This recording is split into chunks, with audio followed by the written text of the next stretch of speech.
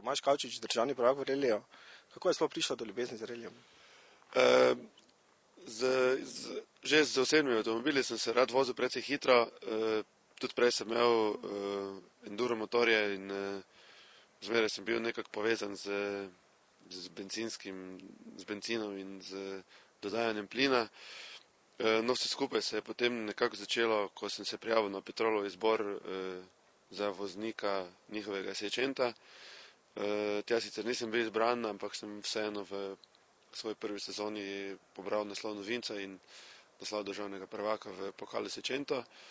No, kasneje pa, ko sem se malo seznanil z avtomobilskim športom, pa se mi je takoj postalo jasno, da reli je tista panoga, ki me najbolj zanima.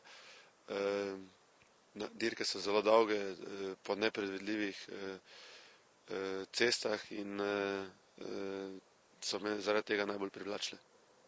Ko pa kaj vožnja v zasebnem življenju?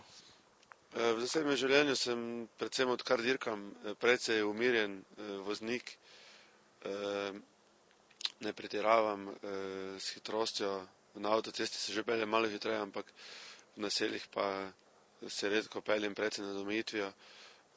Mislim, da je velik doprinos k temu, da tudi to, da se udejstvujem v dirkanju in se tam nekako sprostim željo po divjanju in je zato na normalni cesti niti ne čutim, niti ne potrebujem divjanja. Sedanjim avtom, sedanjim sovoznikom ste očitno dober tim, tako rečem, tretji sovoznik, četrti avtomobil. Ja, s Petrom sva se res dobro ujela, saj v resnici je bilo tudi nekaj več sovoznikov, pa nekaj več avtov, ampak če štejemo tiste prave, pa so res nekako take številke. S Petrom sva se odlično ujela, že takoj na prvi dirki, zdaj pa sva skupaj odpeljala že kakih 40 ali pa 50 dirk in po tem času se že nekako navadiš na situacije, ki se dogajajo v avtomobilu. Letos sva menjali tudi avto, s Subaruja sva prešla na Mitsubishija. Razlike velike sicer ni, še največja razlika je verjetno oblikovna, ampak tudi s tem avtom sva se dobro ujela in letos smo ponovno postali državni prvaki. Kakšne so želje, kakšni so načrti za prihodnost? Načrti so rahlo nejasni, predvsem zaradi tega, ker je naša sezona odvisna od precej zajetne finančne konstrukcije. Zdaj s to recesijo in s tem nam vse skupaj nič ne gre kaj na roko, ampak vsekakor upamo, da bomo ostali v vrhu slovenskega in srednjeevropskega avtomobilizma in da bomo naslednjo sezono lahko nastopali sproščeno in z dovolj denarja, da bomo parirali najboljšim pač tujim voznikom, ki pridejo k nam, ali pa da bomo obiskali njihove relije. Edino, kar je jasno, je to, da ne bo spremembe pri avtomobilu.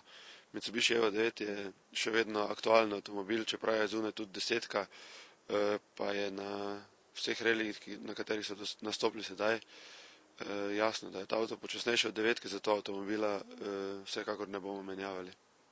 Bomo čez nekaj let videli Slovenca tudi v svetovnem rangu?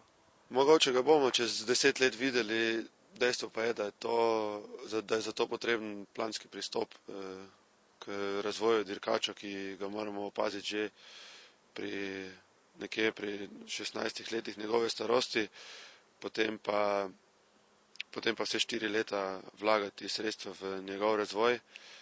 Kasneje se mora preizkusiti na kaki evropski konkurenci ali pa svetovni konkurenci produkcijskih avtomobilov, da bi potem lahko prišel na najvišji rang.